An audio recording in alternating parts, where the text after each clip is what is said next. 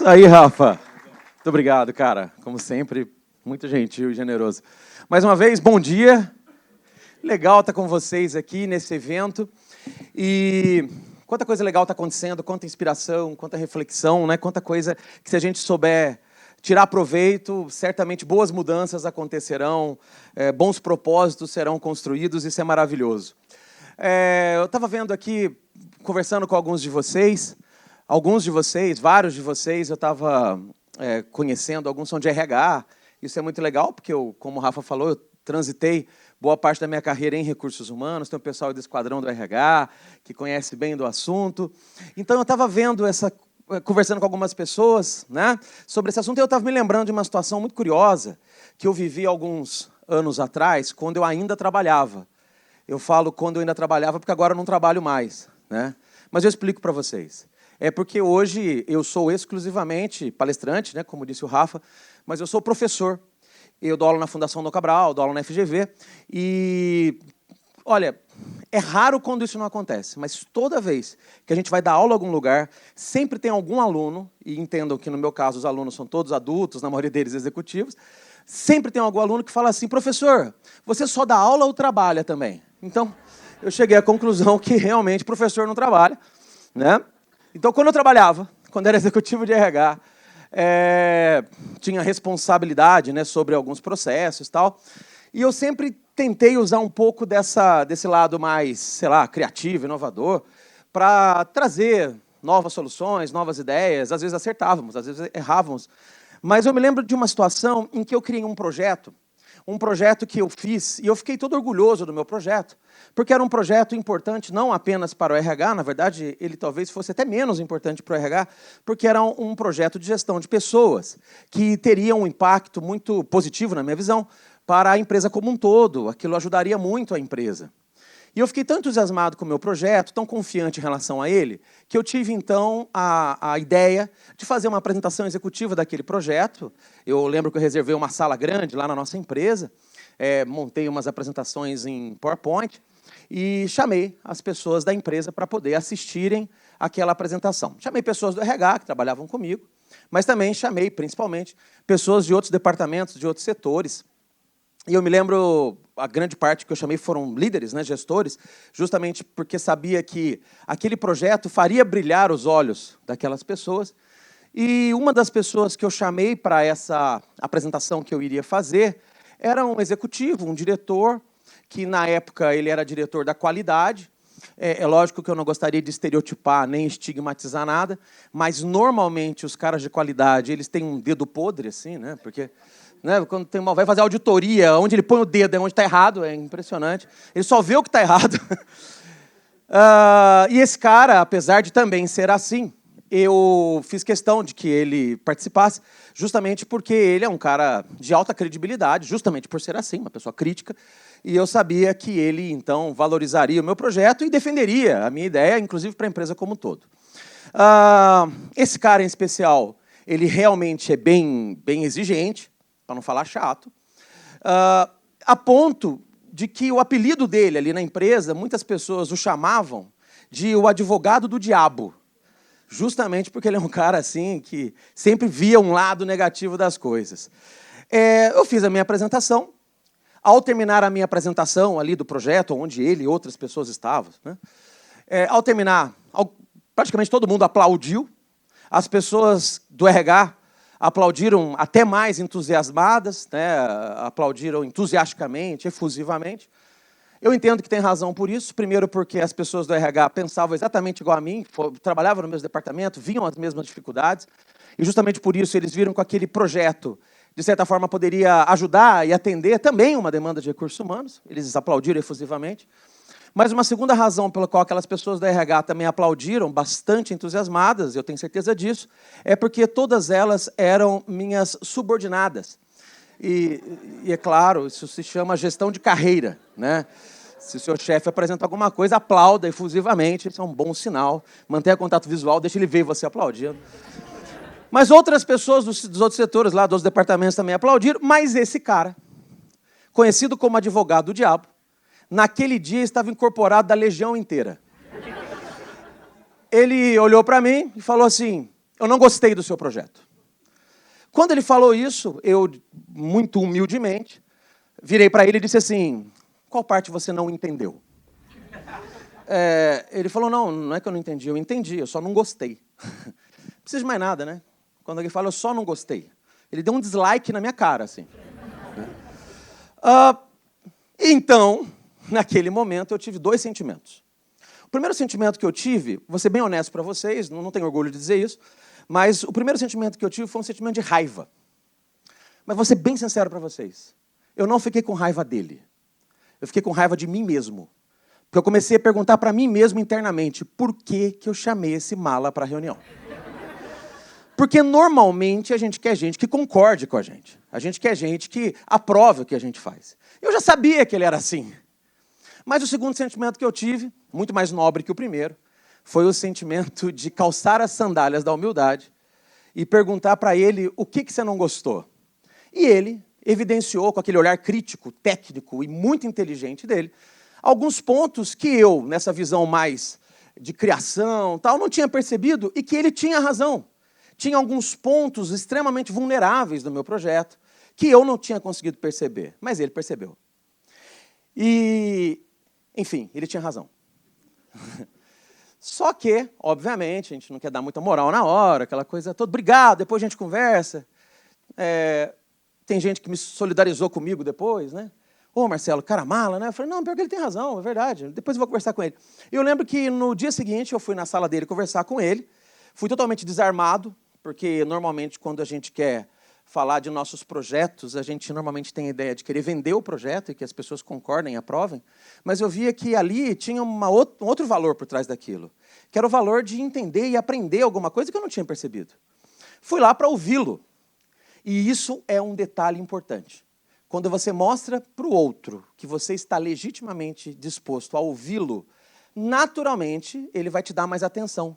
Não é à toa que o próprio Francisco de Assis falava, ó mestre, fazer com que eu procure mais compreender do que ser compreendido. Ou então, quem já leu os 7 hábitos das pessoas altamente eficazes, vai se lembrar do Stephen Covey falando do hábito 5, que é justamente isso, procure primeiro compreender, depois ser compreendido. Então, compreendi, ele entendeu, falou tudo que ele tinha que dizer, e eu falei, deixa eu falar para você o meu ponto de vista. E ele me escutou. Em resumo, para a gente encurtar a conversa, eu e ele criamos um projeto muito melhor do que eu seria capaz de criar sozinho. E muito melhor do que ele seria capaz de criar sozinho. Por quê? Porque ele foi criado por duas pessoas com visões diferentes. A inovação tem justamente essa característica. Quando falamos de inovação, é muito comum a gente pensar na inovação tecnológica, né, um equipamento de ponta, uma tecnologia de ponta, um computador, né, um sistema como a da Solux, uma coisa extremamente moderna.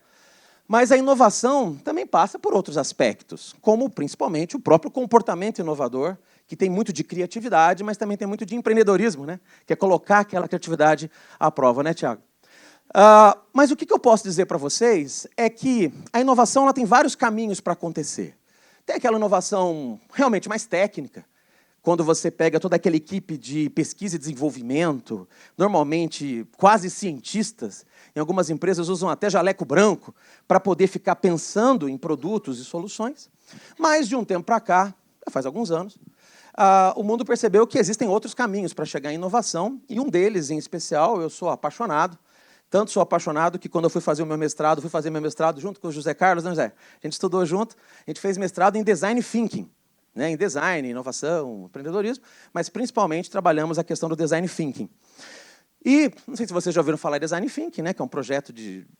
uma metodologia, podemos dizer assim, né, é um modelo de pensamento, né, mas é um jeito de gerar soluções a partir de algumas práticas. Né? E quando a gente começa a olhar a inovação de um jeito mais amplo, a gente percebe que essa ideia do Design Thinking ela é bem interessante, porque ela tem dentro dela alguns pontos que têm que ser considerados. Tanto que um dos modelos de Design Thinking, porque o Design Thinking, como eu falei, é um modelo de pensamento, mas existem algumas trilhas que podem ser perseguidas. Tem uma metodologia de Design Thinking, que é chamada de duplo diamante, que ela parte de princípios muito interessantes. Ela diz que para você inovar, você precisa primeiro ter um problema, ou um desafio, ou uma oportunidade. Então, tudo parte daqui, desse desafio, dessa oportunidade, sabe? Do tipo, olha, a gente precisa aumentar a venda, a gente está com algum problema, enfim, tudo parte dali. Mas o que esse modelo do Double Diamond, do duplo diamante, traz para a gente? Que, a partir desse problema, ou a partir dessa oportunidade, você gera o que a gente chama de pensamento divergente. O que é o pensamento divergente? Você monta um time colaborativo, preferencialmente multifuncional, com visões e experiências diferentes, né? Com formações diferentes, justamente para que essas pessoas possam olhar de maneira muito mais ampla. E dentro da metodologia, você vai fazer uma imersão. Você vai lá, né, pensar em entender o que está acontecendo, né, por que aquele problema acontece, quando acontece, qual a oportunidade que a gente não está enxergando. Então, por que a gente chama de pensamento divergente? Porque você parte de um problema e aquilo ali meio que expande, né, em várias possibilidades. Esse é o pensamento divergente. Alguém vai dizer uma coisa, outro vai dizer outra, um vai falar, olha, eu percebi tal coisa, e você, eu percebi tal coisa, e isso que é legal. Porque se fossem apenas meia dúzia de engenheiros formados na mesma faculdade, é bem provável daquela meia dúzia enxergar a mesma coisa. É bem provável daquela meia dúzia encontrar as mesmas coisas, por causa de um conjunto de vieses cognitivos que são naturais daquele tipo de modelo de pensamento. No entanto, quando você fala de design thinking ou de inovação, você parte do princípio que eu vou ter que trazer um cara da produção, se for uma fábrica, vou ter que trazer talvez um cliente, um fornecedor, para poder trabalhar comigo. A gente chama isso de inovação aberta.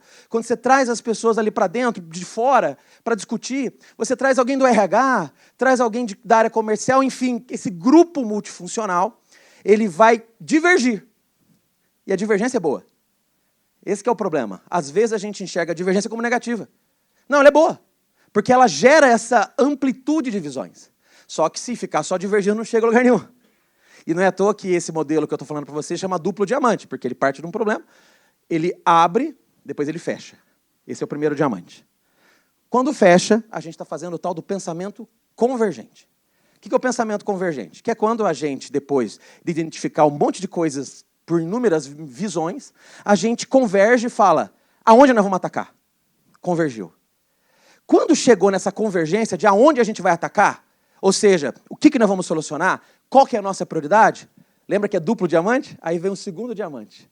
Aí vem de novo o pensamento divergente, que é o brainstorming, que é a hora que a gente faz a ideação, né?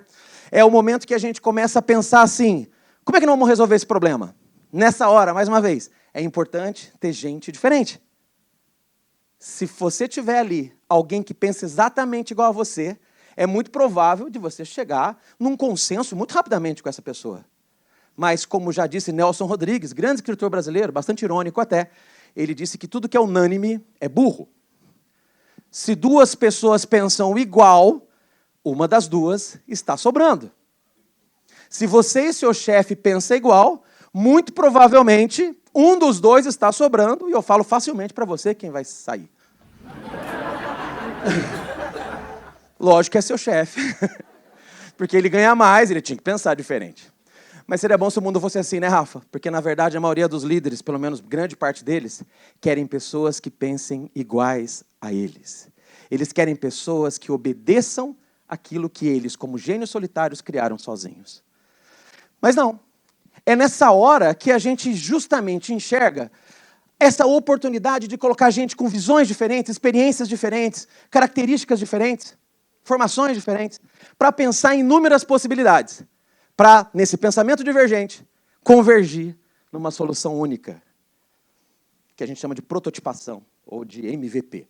Enfim, quando você chega nessa solução, ela pode ter certeza, ela vai ser muito mais inovadora. Primeiramente, porque ela foi pensada de maneira multidimensional.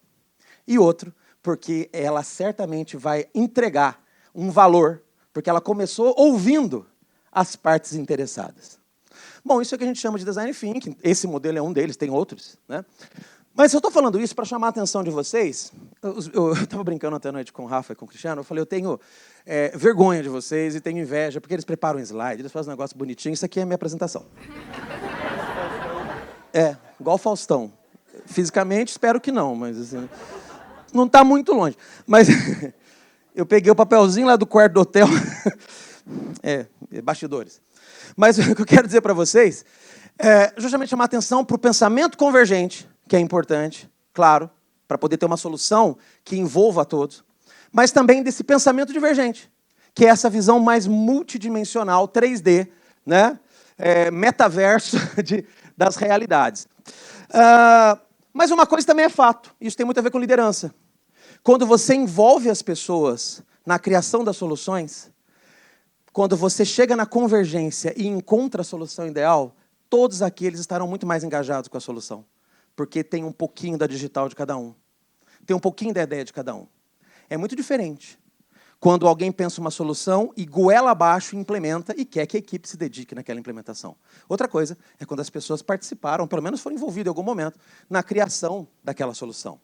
Então, quando a gente fala de pensamento divergente, na verdade a gente está falando de pessoas com visões diferentes, experiências diferentes, formações diferentes, etnias diferentes, né? Enfim, uma diversidade de olhares que nos ajuda a ter o que hoje é muito falado, essa tal da diversidade.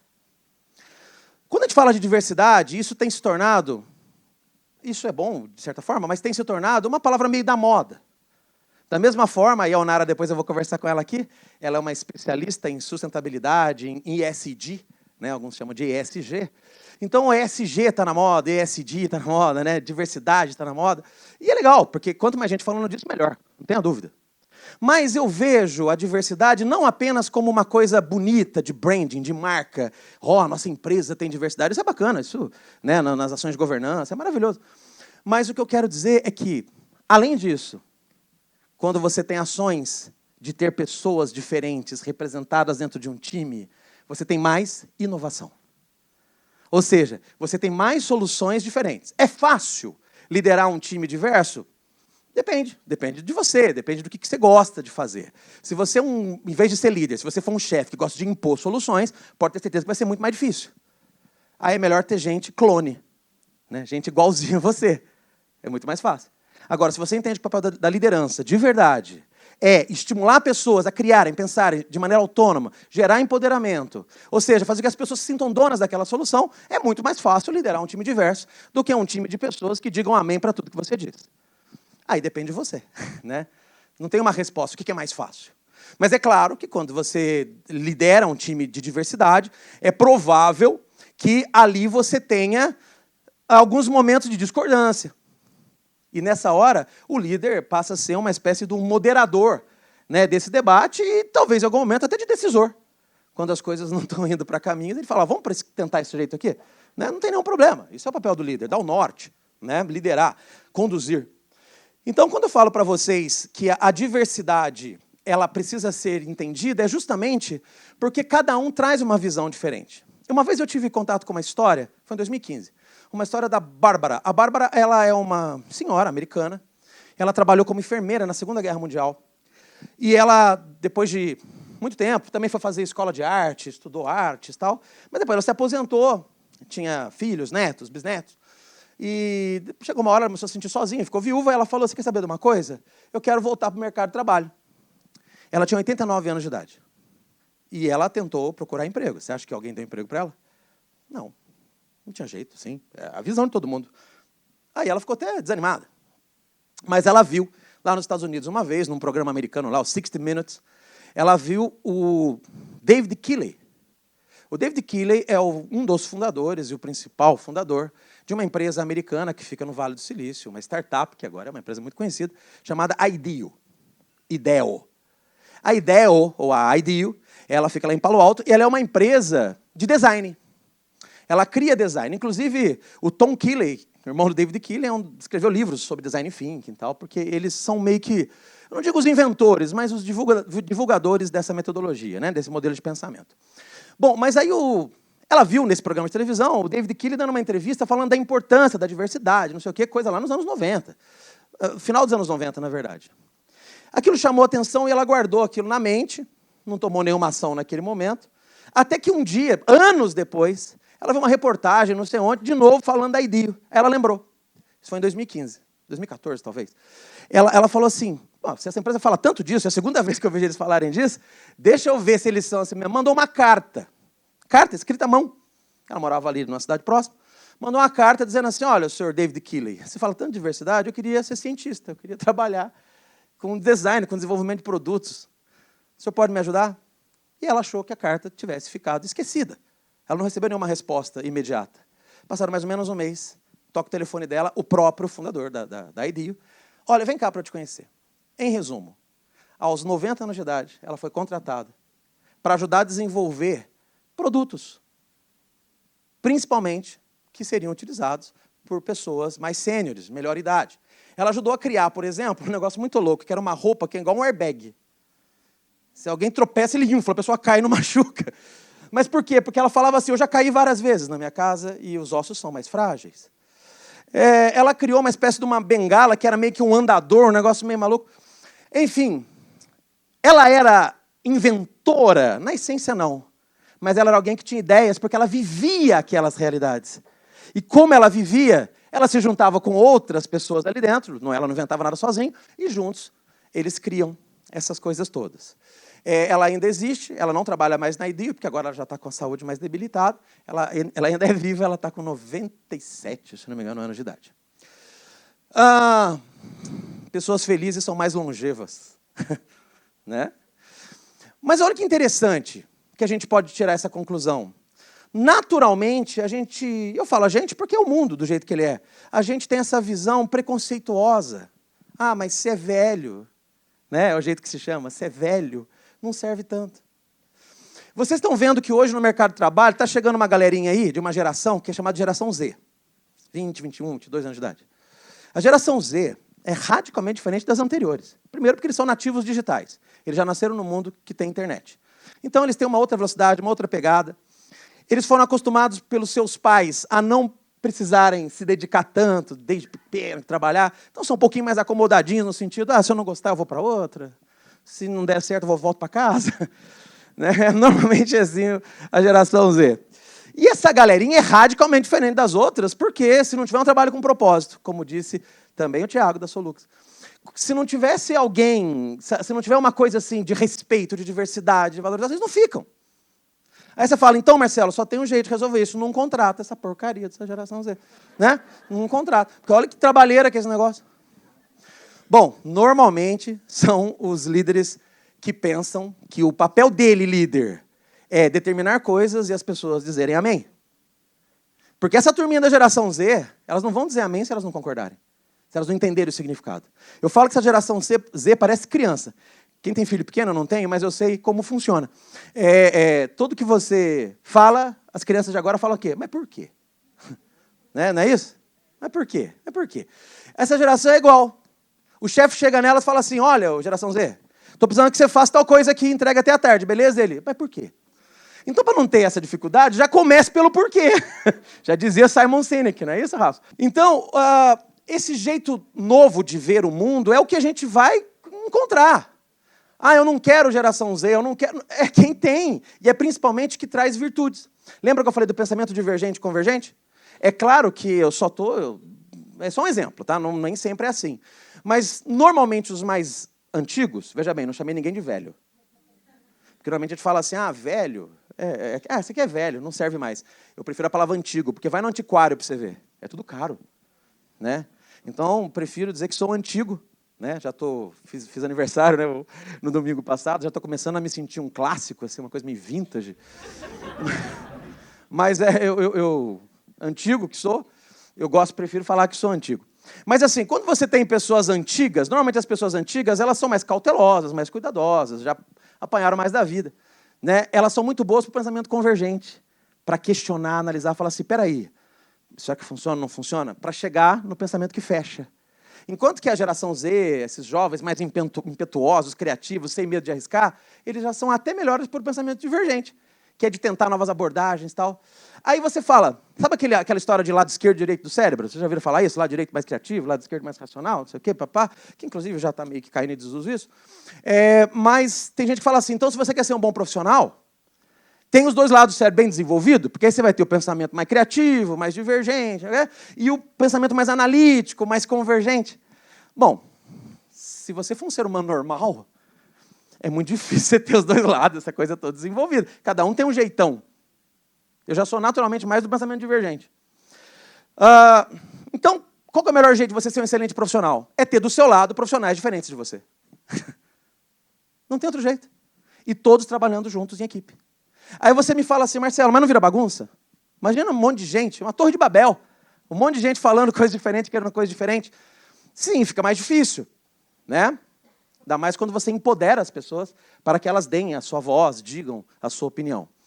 Mas eu me lembro uma vez que eu fui participar de um programa de televisão, uma entrevista ao vivo, e eu vou contar para vocês um pouco os bastidores, porque a maioria dos programas de televisão, aqueles pelo menos muito bem organizados, eles mandam com antecedência as perguntas que serão feitas, né, para o entrevistado. Eu fui participar de um programa de televisão, a apresentadora, a gente só conversa com ela no dia, né, mas a produção dela lá mandou, olha, Marcelo, você vai participar? Sim, eu já participei umas 5 vezes desse mesmo programa. Mas da última vez que eu fui, eu me lembro que a produtora entrou em contato e falou assim, Marcelo, você vai vir falar sobre relacionamento interpessoal no trabalho. Né? Como que as pessoas devem se relacionar no trabalho. Tudo bem? Eu falei, não, beleza, pode chamar. E ela mandou, a menina mandou lá as perguntas com antecedência. Mas como eu já estava acostumado, era a 5ª vez que eu estava indo lá, eu sei que chega na hora e eles não perguntam exatamente nada daquilo que estava combinado. Dei uma olhadinha nas perguntas só para não ficar tão assim, nem vi. E não me importei, mas vamos embora. Se vira nos 30. Né? Se vira nos 30, vamos lá. Eu lembro que a entrevista era ao vivo, sentei do lado da apresentadora, e ela falou que estamos aqui com o Marcelo de Elias, que já veio aqui algumas vezes, né, Marcelo? E ele veio aqui para falar de relacionamento interpessoal. Eu falei, começou bem, né? Tá acertou o assunto, beleza. Aí ela falou para mim assim, Marcelo, eu queria fazer uma primeira pergunta, que eu acho que é uma dúvida que muita gente tem, não sei o que, ela fala pra caramba, mais que eu. Aí ela falou assim, a pergunta que eu quero te fazer é o seguinte, Marcelo, o que faz um casamento dar certo? Quando eu vi aquela pergunta, eu pensei, que tiro foi esse? Porque, meu Deus do céu, não era no trabalho, meu? E eu não tinha pensado na resposta. A minha sorte é que a mulher fala pra caramba. Enquanto ela fez a pergunta, ela continuou falando, e eu dei uma desconectadinha dela, fiquei pensando. Eu acho que eu fui iluminado por alguma coisa que passou por ali. E falei um negócio que, de verdade, ficou tão interessante, modéstia à parte o que eu falei, que até eu passei a acreditar no que eu falei depois. Eu achei muito legal. Não, porque nós que somos palestrantes, nem sempre a gente vive o que fala. Né? Tanto que eu faço questão de mostrar as minhas fragilidades para vocês. Não tem palestrante Superman, Mulher Maravilha, não entrega não. Mas se tiver algum no palco que falar assim, eu resolvi tudo sozinho, desconfie. Mas o que eu quero dizer para vocês é que ela fez essa pergunta, ficou ali falando, e eu pensando na resposta, mas eu prestei um pouquinho de atenção em umas coisas que ela falou, e ela estava dizendo assim, por exemplo, não, porque eu sou muito ativa, uma pessoa com iniciativa, meu marido, ela falou, é muito paradão, muito pacatão, muito devagar. Eu sou organizada, gosto de tudo organizado num lugar, meu marido é bagunceiro, precisa ver. Eu sou uma pessoa assim que todo mundo, né, gosta de estar perto, conversar, ele não, já é reservado. Bom, eu já entendi que o problema do casamento dela era ele. Estava claro que o problema era ele, não tinha nada a ver com ela. Ela era... Mas, pelo que ela estava falando... Mas o que ela quis dizer foi o seguinte, Marcelo, o casamento faz o casamento dar certo. São as pessoas serem diferentes ou iguais? Ela usou aquela máxima que todo mundo diz, os opostos se atraem. Você lembra? Já ouviu falar nisso? A ciência já provou que não. Os opostos te atraem para um flerte, para um namoro, para uma pegada rápida, um match no Tinder, ou em qualquer outro lugar que você queira. Mas, porque tem outros programas também, outros aplicativos. Né? Instagram. Mas o que eu quero dizer assim, que o relacionamento duradouro é muito difícil você se ajustar com alguém que é totalmente diferente de você. Tem pesquisa, inclusive, recente desse ano que fez um estudo de casais que longevos e perceberam que eles tinham muitas coisas em comum, mais em comum do que incomum. Né? Incomum. E é curioso que isso que ela perguntou. Os opostos se atraem? Não. Aí foi onde eu dei a resposta para ela. Veio uma coisa assim, não sei de onde, eu falei assim para ela. Seguinte, num casamento, normalmente a gente quer que o outro seja igual a gente. Normalmente é assim. E porque a gente julga o outro pela nossa métrica, pelo nosso olhar. A gente avalia o outro pelo aquilo que a gente faz. A gente não vê o mundo do jeito que ele é. A gente vê o mundo do jeito que nós somos. E dessa forma, a gente vai ter algumas dificuldades. Por exemplo, se você está dizendo que você é organizado, seu marido é bagunceiro, isso vai dar algumas brigas dentro da sua casa. Com certeza. Tenha dúvida. Por que você apertou o creme dental no meio do tubo? Tem mulher que briga por isso, eu acho um barato. Assim. Mas o que eu disse para ela foi o seguinte, mas o que faz um casamento dar certo, não interessa se as personalidades são iguais ou diferentes. O que faz o casamento dar certo, os valores têm que ser iguais. Ou seja, os dois têm que confiar, acreditar, buscar as mesmas coisas. Eles têm que entender que o caminho para chegar a algum lugar tem que ser um caminho muito semelhante no que diz respeito a valores, a princípios. Né? Pessoas sem caráter se dão bem com pessoas sem caráter. Enquanto que, quando você tem valores muito fortes, as pessoas que você vai gostar de ter do seu lado são as pessoas com valores parecidos com o seu. Isso faz um casamento dar certo. Isso faz o casamento dar certo nas mais diversas interpretações que vocês quiserem. Quando você fala, por exemplo, de processo seletivo em empresa, a gente fala muito hoje em dia de seleção por valores, justamente por isso. Porque tem que dar match, tem que ter um fit cultural, né? Tem que dar match entre o jeito que a empresa pensa e o jeito que aquela pessoa acredita. Eu lembro uma vez que eu visitei o pessoal da Ambev, uma empresa bastante meritocrática, e coincidentemente, na mesma semana, eu visitei o pessoal da Natura, uma empresa extremamente bem-estar bem. Eu fiquei imaginando, imagina o cara da Ambev trabalhando na Natura, o cara da Natura trabalhando na Ambev. Eu fico muito louco assim, né? Então, para ter um casamento sustentável, em todos os sentidos, os valores têm que ser parecidos. Mesmo que a gente enxergue, tenha formações, personalidades diferentes. Então, quando alguém me pergunta, Marcelo, mas essa coisa da diversidade não dá bagunça? Eu falo, não. Só dá bagunça quando você quer moldar todo mundo a pensar do mesmo jeito. Tem gente que não vai querer, não vai concordar. Ou pela necessidade de continuar empregado, ele vai concordar, mas não vai estar feliz. Agora, quando você mostra que, independente do caminho que nós vamos percorrer, o importante é vivermos valores e objetivos em comum, aí não dá bagunça. Então, acho que isso é uma primeira dica. Primeira não, acho que eu estou falando várias aqui. Mas uma dica importante para vocês. Lidere por valores, por princípios. Eu não tenho filhos, como já disse, mas conheço pessoas que têm. E uma vez eu conversava com um amigo que falou assim, Marcelo, hoje o mundo está mudando tanto que se a gente quiser educar os filhos dentro de uma forma, assim, um manual de instrução, não vai dar. Do tipo, filho, em tal situação faz assim, em tal situação faz assado, tal situação faz assado. Não vai dar. Primeiro porque a gente não consegue percorrer e alcançar todas as situações possíveis. E outro, quando ele tiver adulto, já não é a mesma coisa que eu estou vivendo. Então, e ele me falou algo que eu entendi. Ele falou assim, o que a gente tem que ensinar para os filhos são valores. São princípios. Porque aí ele vai saber tomar a decisão na hora que ele for confrontado com uma situação adversa. Então, é isso que a gente está dizendo. O líder que trabalha numa liderança por valores, muito mais de doutrinar as pessoas em torno de propósitos em comum, de valores que são essenciais, e permite a diversidade, permite o pensamento divergente, ele vai se surpreender. Quando alguém pensar numa solução que nunca foi antes pensada, porém, respeitando os valores que a gente entende que são importantes.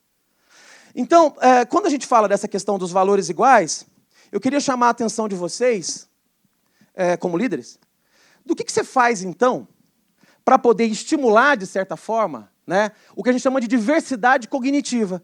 Tem gente que usa o nome inovação cognitiva, tem gente que usa o nome diversidade cognitiva. Eu gosto de diversidade cognitiva porque é justamente o que eu estou querendo dizer. É a diversidade que constrói novas soluções através de um modelo de pensamento divergente que converge em alguns momentos. Então, a primeira coisa que eu posso dizer para vocês, já estou na reta final, é que você, enquanto líder, você não pode permitir, essa é a base, esse é o alicerce, você não pode permitir nenhum tipo de preconceito no seu time, na sua empresa. Cuidado, inclusive aquelas brincadeiras que até um tempo atrás eram vistas como coisas engraçadas, e que na verdade nunca foram coisas engraçadas, e que de repente o líder de agora fala, nossa, o mundo está cheio de mimimi, politicamente correto, que bom. Porque mimimi é a dor que dói no outro. Né? Se eu estou rindo, não doeu em mim. Então, o que eu quero dizer é o seguinte, não permita preconceitos, não permita comentários pejorativos, comentários negativos, por conta de etnia, por conta de gênero, né? Por conta de crença, de religião, não permita.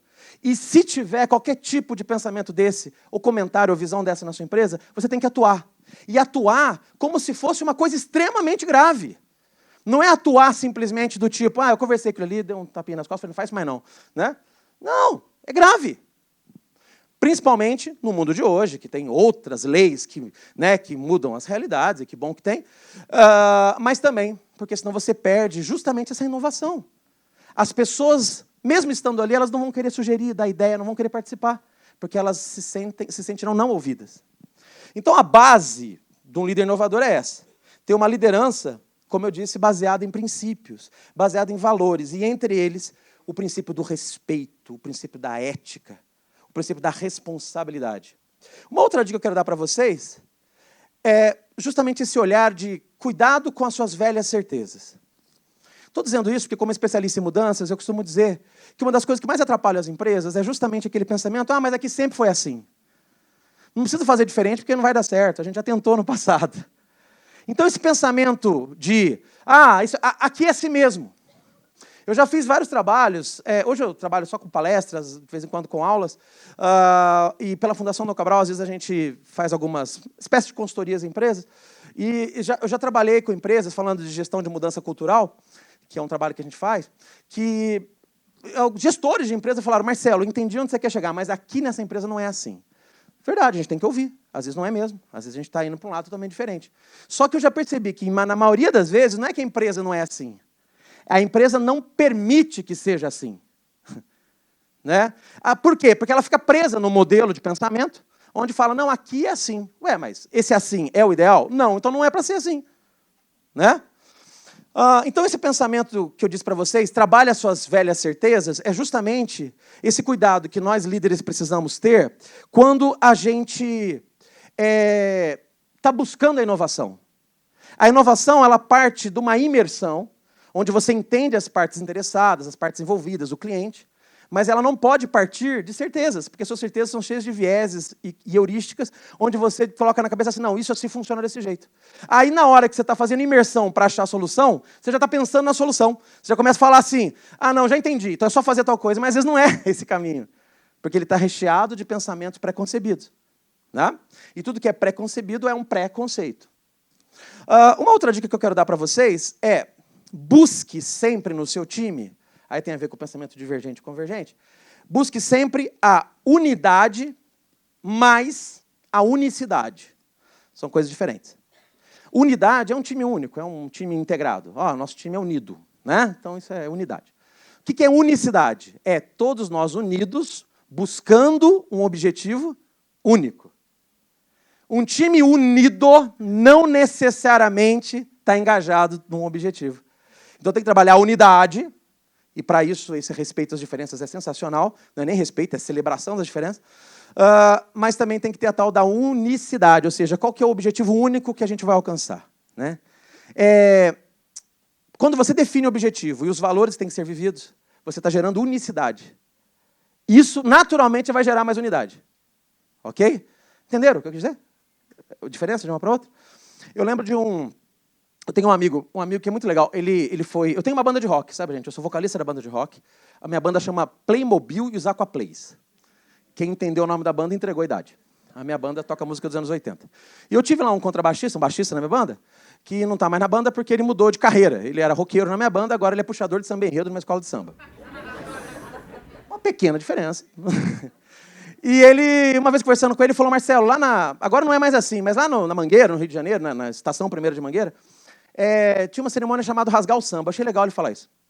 Eu falei, o que é isso? Ele falou assim, olha, num ano eles definem qual que é o tema do carnaval do ano seguinte. Aí eles convocam aqueles compositores ali da comunidade para criarem um samba de enredo, que é a música que vai ser cantada lá na Marquês de Sapucaí. E ele falou para mim assim, vários se apresentam com suas letras de música, tal, papapá. Tem um processo seletivo com outros compositores, até que chega na final. A final são 5 pessoas lá no palco, no barracão da Estação 1ª de Mangueira, e esses caras cantam. Eles pegam lá a letra de música, né? Assim, antigamente, hoje eu levo no celular, no tablet, antigamente era no papel, né? Escrito à mão. Então eles pegam aquela letra e cantam a música, e é a comunidade que escolhe a música que vai ser o samba de enredo. Aquela música que empolgar mais vai ser escolhida. Eu falei, cara, legal, bem interessante. Mas e por que rasgar o samba? Ele falou, muito simples, a cerimônia de rasgar o samba é assim, depois que escolheu qual é a música que vai defender a escola de samba naquele ano, o que eles fazem? Os outros 4 não escolhidos, eles rasgam o samba, eles rasgam a letra que eles criaram, jogam lá num latão e mete fogo.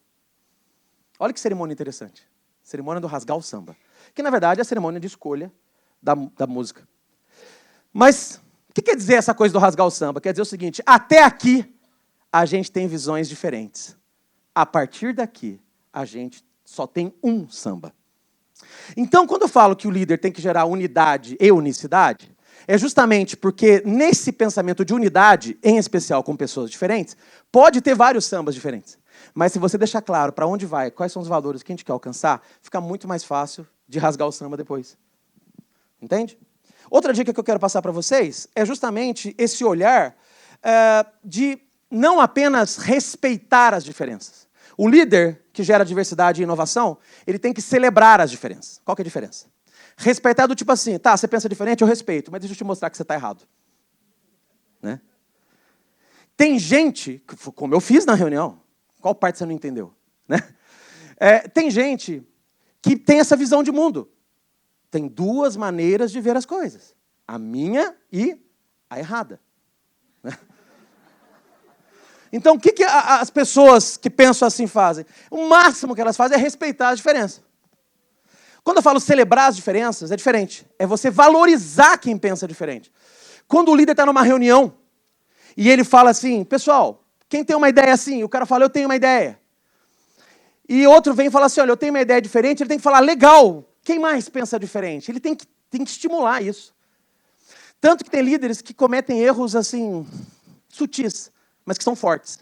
Como, por exemplo, o líder faz uma reunião com a equipe, aí naquela de fazer uma reunião com a equipe, ele fala, pessoal, a gente está aqui para pensar numa solução de um problema, achar uma solução, e eu queria, então, ideias. Aí o líder fala assim, para começar, eu quero dar a minha ideia. Aí o líder dá a ideia dele. Pronto, já acabou a reunião. O máximo que as pessoas vão fazer é girar em torno da ideia dele. Não, veja bem, põe uma vírgula diferente, não sei o quê. Ô, chefe, né? Sugestão de carreira. Ô, chefe, essa ideia é maravilhosa, não precisa de nada. Né? O que eu quero dizer é assim, comece ouvindo as pessoas. Procure primeiro compreender, depois ser compreendido. Né? Então, comece ouvindo as pessoas. O líder de verdade, que gera inovação, e respeita, e valoriza, e celebra as diversidades, ele precisa buscar o pensamento divergente. Se ele vê que na reunião todo mundo está falando a mesma coisa, ele fala, gente, preciso de alguém para pensar diferente aqui. Quem está pensando diferente e não quer falar, fala. Né? Gente, o mundo de hoje, ele está muito ou. O mundo de hoje deveria ser mais e. O que eu quero dizer com isso? É ou branco ou preto, ou homem ou mulher. Não, é branco e preto, homem e mulher. Então, a gente tem que começar a substituir o ou pelo e. E o líder inovador, além de substituir o ou pelo e, ele substitui também o e pelo e se. Aí ele começa a falar assim, legal, mas e se a gente fizesse diferente? E se isso der errado? E se? O e se gera o pensamento divergente. Mas antes tem que ter um pensamento de e. Que se o pensamento de ou não chega. Né? Ou um está certo, ou está errado. Pronto, se fizer isso, já ferrou. Né? E, já terminando, uma dica importante para vocês, que está dentro disso, né? É escutar. O verdadeiro líder, ele tem que escutar muito. Eu acho legal essas empresas que têm caixinha de sugestões, mas eu não gosto. Eu acho interessante, mas eu não gosto. Por que você não gosta, Marcelo? Porque a caixinha de sugestão tinha que ser ouvido do líder. Só de você chegar no cara e falar, você tem uma ideia? Põe no papel, pronto, já ferrou. Ainda mais o brasileiro, que tem dificuldade de escrever. Se falar, põe no papel, o cara já... deixa quieto. Então, acho que o caixinha de sugestões deveria ser ouvido do líder, que deveria ser preparado para isso. Né? Se é preparado para isso, funciona. Então, ele tem que acolher as ideias, mesmo as ruins. Quando alguém chega e fala assim, chefe, por que a gente não muda tal coisa? Você sabe que não dá certo. Aquilo ali gera outros problemas. Mas você fala, poxa, cara, olha, vamos pensar junto, vem cá. Será que se não mudar, não vai... Poxa, é verdade, vai dar errado, né? Vai dar errado. Cara, mas por favor, continua dando ideia. Agora, quando o líder fala, pô, cara, que ideia imbecil é essa, meu velho? O cara nunca mais dá ideia. Certo? Tem pessoas que não participam de maneira inovadora porque elas não confiam, principalmente, na empresa e na liderança. Uma vez, quando eu comecei minha carreira de recursos humanos, eu era analista de TI&D, analista de treinamento e desenvolvimento, eu lembro que um gerente, eu tinha o quê? Uma semana de trabalho, o gerente de um setor lá de produção, eu era uma fábrica, ele chegou e falou assim, bom, Marcelo, prazer conhecer, tal, sou gerente da produção, não sei o quê, e eu já pedi aqui para o pessoal do RH várias coisas, eles nunca conseguiram achar a solução, queria falar com você para ver se você acha. Eu fiquei assim empolgado, eu falei, nossa, é a oportunidade da minha vida, né? Passar no contrato de experiência. Aí ele virou e falou assim, sabe o que é? Eu queria que você arrumasse um curso para nós, lá para o meu setor, para a minha equipe, um curso que ensinasse as pessoas a falar a verdade. Aí eu entendi por que ninguém tinha ajudado ele, porque é meio difícil achar isso aí. Eu nunca achei um curso que ensina a falar a verdade. Tem curso que trabalha confiança e tal. Aí eu falei para ele, olha, cara, eu não conheço, mas posso ouvir a sua equipe? Posso lá conversar? Pode, vai lá e conversa. Em resumo, conversei com liderados dele, pessoas lá que eram sublíderes abaixo dele, outras pessoas. E ao conversar com elas, essas pessoas, eu cheguei à seguinte conclusão. A seguinte conclusão. As pessoas, elas não falavam a verdade porque elas tinham medo daquele líder. Elas cometiam um erro. Elas não assumiam o erro. Elas tinham uma ideia, elas não davam a ideia, porque tinham medo de ser criticadas. Ou seja, o problema era ele.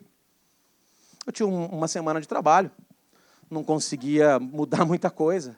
Dei esse feedback para ele. Ele, na hora, discordou, né? De maneira alguma concordaria comigo. Guardei na minha caixinha de emoções aquela discordância dele. Cresci rápido na carreira. Virei gerente de recursos humanos, demiti. Né? Mas não é vingança. Não é de verdade, não é vingança, não. Não é vingança, não. De jeito nenhum. De jeito nenhum. É porque um cara desse não serve. Né? Um cara desse não serve. Não era à toa que esse cara tinha reclamação do sindicato toda semana por assédio moral. Entendeu? Não era à toa. Porque ele era o gênio solitário que só a ideia dele prevalecia. Então, gente, quando eu falo de escutar as pessoas, é escutar genuinamente. Não é escutar na intenção de responder, mas escutar na intenção de compreender. Nós, latino-americanos, diferente dos orientais, né, Rafa? Você é mais japonês ou mais baiano? O que você acha? Assim? Não, porque a mãe dele é baiana, o pai dele é japonês. É verdade isso, né? Você tá na... É uma briga antiga lá em casa. Ah, é? É isso, é uma briga, né? Ele é mais o quê, né? Mas a cultura oriental ela é radicalmente diferente da cultura brasileira, latino-americana nesse ponto. Nós, brasileiros, temos a intenção, nós normalmente escutamos o outro na intenção de responder. É como numa peça de teatro, em que já estou com minha fala decorada. Eu só espero o outro terminar para eu falar o que eu penso. Mas enquanto eu aqui pensando no que eu vou falar, igual eu fiz com a apresentadora, eu não estou prestando atenção nele. Os orientais, via de regra, eles prestam muita atenção. Tanto que uma vez eu fiz uma reunião com um japonês, achei um barato, que eu estava falando, o cara ficou assim, ó. Eu falei, dormiu. Morreu. Quem que apertou o botão hibernar? Né? Eu falei, ele assim. Aí do nada ele levantou e falou assim, entendi, papapá, é o jeito dele ouvir. Né? É o jeito dele ouvir. Então o líder tem que ser esse líder aí, que escuta, que dá oportunidade, que pergunta, que incentiva, que não determina exatamente a ideia que ele quer extrair do time. Porque se ele determinar a ideia, não vai ter ideia. Ele tem que determinar o resultado e os valores que precisam ser percorridos para chegar naquela ideia. É por isso, então, que eu termino aqui a minha conversa com vocês com uma frase que eu trouxe anotada, justamente para não esquecer. Eu lembro ela sempre de cor, mas eu tenho medo de errar alguma palavrinha, eu quero falar do jeito que o autor pensou. É uma frase do Bertrand Russell, que é um escritor, na verdade um filósofo inglês, do início do século XX. É uma frase antiga, mas não é velha. E ele disse certa vez assim, o problema do mundo de hoje é que as pessoas inteligentes estão cheias de dúvidas e as pessoas idiotas estão cheias de certezas. Se ao terminar esse evento e essa palestra você tiver dúvidas, parabéns. Mas o que eu quero dizer é mais do que isso. As pessoas inteligentes, elas são cheias de dúvidas justamente porque as dúvidas são atributos das pessoas inteligentes. As pessoas que não são inteligentes, elas se fecham nas castas de suas certezas e justamente por isso ela não precisa ouvir o outro. Ela não precisa respeitar o outro. É a minha opinião que prevalece. É o que eu quero que funciona. Agora, quando eu sou inteligente de verdade, eu vou ter naturalmente dúvidas. O cientista mais inteligente do mundo, ele parte de um processo científico, metodológico, que parte de dúvidas. Por que isso é desse jeito? Então eu posso dizer para vocês que as pessoas inteligentes não são inteligentes à toa, são porque elas têm dúvidas. Mas eu só queria terminar dizendo para vocês assim, que pessoas que têm dúvidas, elas criam pontes. As pessoas cheias de certezas, elas criam muros. Seja um líder que cria pontes. Muito obrigado, fiquem com Deus. Obrigado pela participação de todos. Obrigado mesmo.